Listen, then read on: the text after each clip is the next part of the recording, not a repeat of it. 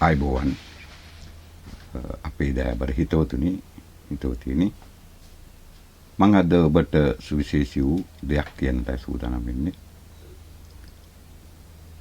මේ රටේ මේ වෙන විට අපි දන්නවා අපේ රටට සාල දැවැන්ත යුද්ධයක ප්‍රතිඵල තිබුණා. 30 වසරක යුද්ධයක් දරුණුම ත්‍රස්තවාදියා කියලා ලෝකෙම පිළිගත්තු LTTE සංවිධානය විනාශ කර දැමූ ඒ ශ්‍රේෂ්ඨතම නායකයා මහින්ද රාජපක්ෂ මැතිතුමා සිංහල බෞද්ධ වූ අපි හැමෝටම හැම මොහොතකම සිහි වෙනවා, අමතක කරන්නට බෑ. එවැනි වූ ශ්‍රේෂ්ඨතම නායකයෙකුට LTTE සංවිධානය හෝ එට හිතවාදී කිසියම් සංවිධානයක් විසින් යම් යම් අකටයුතු දේ කරනවා නම්, හිංසා කරනවා නම්, පීඩා කරනවා නම්, මානසිකව වද දෙනවා නම් ඒක සිංහල ජාතියට කිසිසේත් උචිත නැති ක්‍රියාවක්. අපි දන්නවා මේ දිනවල කතා වෙනවා මිග්ඥානා පිළිබඳව. මිග්ඥානා පිළිබඳව. මේකේ අපි බලන්නට ඕන මෙහි යම් කිසි මුදලක් අය කරගත්තද නැද්ද කියන එක නෙවෙයි, මෙහි තිබෙන්නා වූ වටිනාකම් පිළිබඳව මොහොතක් ඔබත් දන්න දෙයක් ඔබට මතක් කර දෙන්නයි මා සූදානම් වෙන්නේ. අපි දන්නවා මේ මිග්ඥානාව කියන්නේ ග්‍රවුන්ඩ් ඇටැක් එකක් කරන ගුවන් යානයක්. මේ ග්‍රවුන්ඩ් ඇටැක් කියන ගුවන් යානය ලංකාවට ගෙන්නන්න තියා හීනෙන්වත් දකින්නට තරම් ශක්තියක් අපේ රටේ ජනතාවට තිබුණේ නැහැ. හීනෙන්වත් දකින්න. නමුත් එය සැබෑ ලෙස ගෙන්වා යුද්ධයට ශක්තිමත් වුණු බව අපි දන්නවා. මොකද්ද මේකේ? පළවෙනි කාරණාව ගැන හිතලා බැලුවොත් මේ මිග්ඥානා තුලින්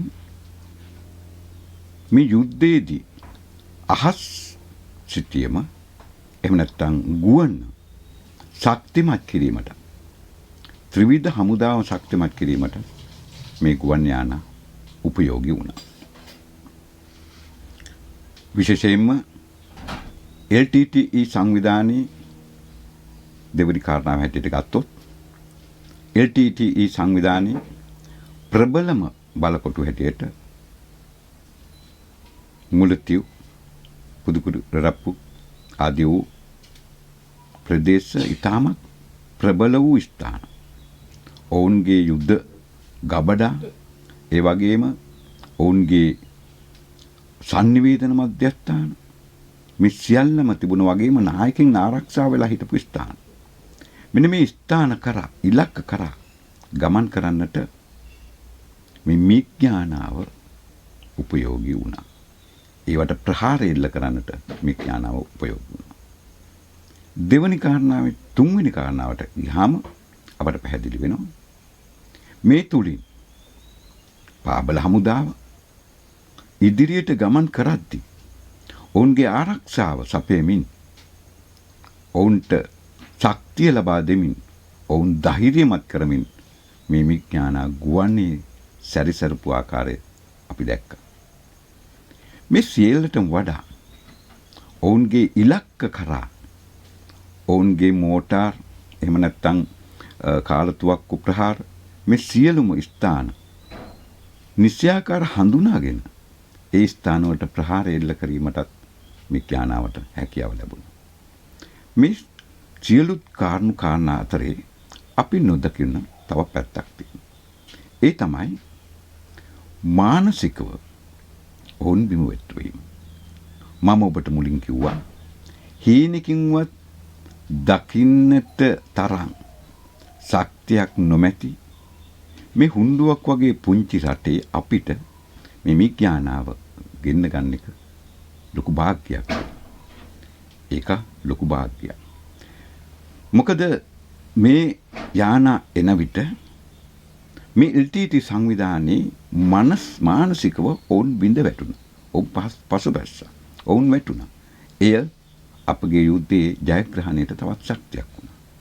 යුද්ධ ජයග්‍රහණයේ තවත් නෙවෙයි නියත වශයෙන්ම ශක්තිය ලැබුණේ මේ ගුවන් යානා ගින්වපු නිසා. මේකට කියනවා ග්‍රවුන්ඩ් ඇටැක් කියලා. මේක ශක්තිමත් කරගන්නට එන විට ඒ ඕන් මානසික බිම වැටෙනවා වගේම අපේ විරෝධාර රණවිරුවන් ඊටමත් ශක්තිමත් වුණා. ඔවුන්ගේ මනස ශක්තිමත් වුණා. ඔවුන් බය නැතු ඉදිරියට එන්න තව තවත් ධෛර්යය ගත්තා. ඒ ශක්තියත් අපට මේ යුද්ධය නිම කරන්නට හැකියාව ලැබුණා. මෙතනදී මේවැනි කටයුත්තක් කරමින් මේ යුද්ධය නිම කරලා අහසෙත් පොළොවේ දියෙත් වෙන සියලුම සත්වයින්ට මිනිසුන්ට විතරක් නෙවෙයි සියලුම සත්වයින්ට අභය දානය දුන් ඒ ශ්‍රේෂ්ඨතම නායකයා අපට අමතක කරන්නට බෑ. ඔහුට පීඩා කරන්නට බෑ. ඔහුට පීඩා කරනවා නම් ඔහුට මානසික වද දෙනවා නම් ඒක අපිටත් මේ ශ්‍රී ලංකා වාසී සිංහල බෞද්ධ වූ අපිටත් එක්තරා පීඩාවක් හිංසාවක් කියන එකත් අපි ඔබට මතක් කරනවා. අපි එහෙමනම් අපි එතුමාට ශක්තිය ධෛර්යය ලැබේවා. ඕනෑම ප්‍රශ්නකට මුහුණ දෙන්නට ධෛර්යය ලැබේවා කියලා ප්‍රාර්ථනා කරමින් මම ඔබෙන් සමුගන්නට මත්තෙන් තව දෙයක් ඔබට කියන්නට ඕන. අපි පසුගියදා සිංහල අවුරුදු මන්දුසාවක් නිර්මාණය කරා. ඒ ගන්න බැරි වුණ අය බොහෝ අය ඉන්නවා. එයා අහනවා අපෙන් ඒකට මොකද කරන්නේ? ඒ සඳහා අපි අපේ මේ කාර්ය මණ්ඩලය සූදානම් වෙලා අලුත් වැඩ පිළිවෙලක් සකස් කරා. ඒ තමයි මංජුසාව ඔබගේ කේන්ද්‍රයට අනුව එහෙම නැත්නම් ගෘහ මූලිකයාගේ කේන්ද්‍රයට අනුව සකස් කරලා ඔබේ නිවසටම ගෙනවිත් බාර දෙන්නට. අලුත් මංජුසාවක් ඒ නැකතුත් සමග සහ කේන්ද්‍රයේ විස්තරයත් එක්ක. ඒ සඳහා ඔබ කළ යුත්තේ ඔබගේ නිවසේ ගෘහ මූලිකයාගේ කේන්ද්‍ර පිටපත අපේ මේ කාර්ය මණ්ඩලයේ තියෙන දුරකථන අංකයට කතා කරලා ඔවුන් සමග සාකච්ඡා කරගෙන ඔවුන්ට බාර දෙන්න. ඒ අනුව ඒ කේන්දරේ බලලා ඒක පිටපතක එහෙම නැත්නම් පොතක සටහන් කරලා ඒ සමගම ඔබට අවශ්‍ය මංසාව අපි ලබා දෙන්නට කටයුතු සූදානම් කරනවා. ඒ සඳහාත් ඔබට අවස්ථාව උදා වේවා කියලා ප්‍රාර්ථනා කරමින් මම ඔබෙන් අදට සමුගන්නවා. ඔබට ජය වේවා.